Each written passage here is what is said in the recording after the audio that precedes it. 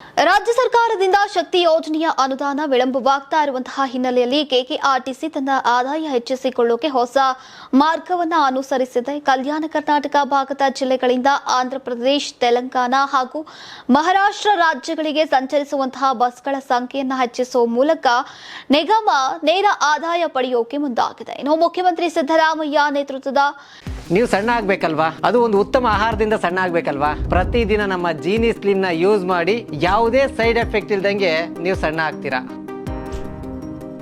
ಕಾಂಗ್ರೆಸ್ ಸರ್ಕಾರ ಜಾರಿಗೆ ತಂದಿರುವಂತಹ ಶಕ್ತಿ ಯೋಜನೆಯಡಿ ಮಹಿಳೆಯರು ರಾಜ್ಯದೊಳಗಿನ ಸರ್ಕಾರಿ ಬಸ್ಗಳಲ್ಲಿ ಉಚಿತವಾಗಿ ಪ್ರಯಾಣಿಸ್ತಾ ಇದ್ದಾರೆ. ಆದರೆ ಈ ಯೋಜನೆಗಾಗಿ ವೆಚ್ಚವಾಗ್ತಾ ಇರುವಂತಹ ಹಣವನ್ನ ಸರ್ಕಾರ ಸಾರಿಗೆ ನಿಗಮ ಆ ನಿಗಮಗಳಿಗೆ ಈಗ ಸಕಾಲಕ್ಕೆ ಬಿಡುಗಡೆ ಮಾಡ್ತಾ ಇಲ್ಲ ಎಂಬ ಆರೋಪಗಳು ಕೇಳಿ ಬರ್ತಾ ಇವೆ.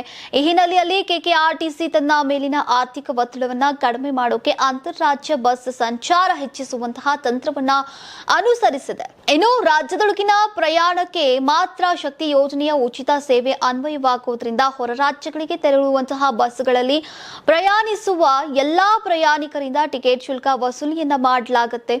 ಇದರಿಂದ ನಿಗಮಕ್ಕೆ ನೇರ ಆದಾಯ ಲಭಿಸಲಿದೆ. ಇನ್ನು ವಿಜಯಪುರ, ಕಲಬುರಗಿ, ರಾಯಚೂರು, ಬೀದರ್, ಕೊಪ್ಪಳ, ಯಾದಗಿರಿ, ವಿಜಯನಗರ ಹಾಗೂ ಬಳ್ಳಾರಿ ಜಿಲ್ಲೆಗಳಲ್ಲಿ ಕಳೆದ 1.5 ತಿಂಗಳಿನಿಂದ ಮಹಾರಾಷ್ಟ್ರ, ತೆಲಂಗಾಣ ಹಾಗೂ ಆಂಧ್ರಪ್ರದೇಶಕ್ಕೆ ಹೆಚ್ಚುವರಿ ಬಸ್ಗಳನ್ನು ಸಂಚರಿಸಲಾಗ್ತಾ ಇದೆ. ಇನ್ನು ಮಾರ್ಚ್ನಿಂದ ಜೂನ್ ಆರಂಭದವರೆಗೆ ಶಾಲೆ, ಕಾಲೇಜು ಪ್ರವೇಶ, ಮದುವೆ, ಗೃಹ ಪ್ರವೇಶ ಸೇರಿದಂತೆ ವಿವಿಧ ಕಾರ್ಯಕ್ರಮಗಳು ಹಾಗೂ ಬೇಸಿಗೆ ರಜೆ ಹಿನ್ನೆಲೆಯಲ್ಲಿ ಜನರು ಪ್ರಯಾಣ ಹೆಚ್ಚಾಗ್ತಾ ಇದೆ. ಈಗ ಈ ಅವಧಿಯನ್ನ ಸಾರಿಗೆ ನಿಗಮ ಸೀಸನ್ ಅಂತ ಪರಿಗಣಿಸಿದ್ದು ಈಗ ಹೆಚ್ಚುವರಿ ಬಸ್ಗಳ ಮೂಲಕ ಆದಾಯ ಗಳಿಸೋಕೆ ಮುಂದಾಗಿದೆ.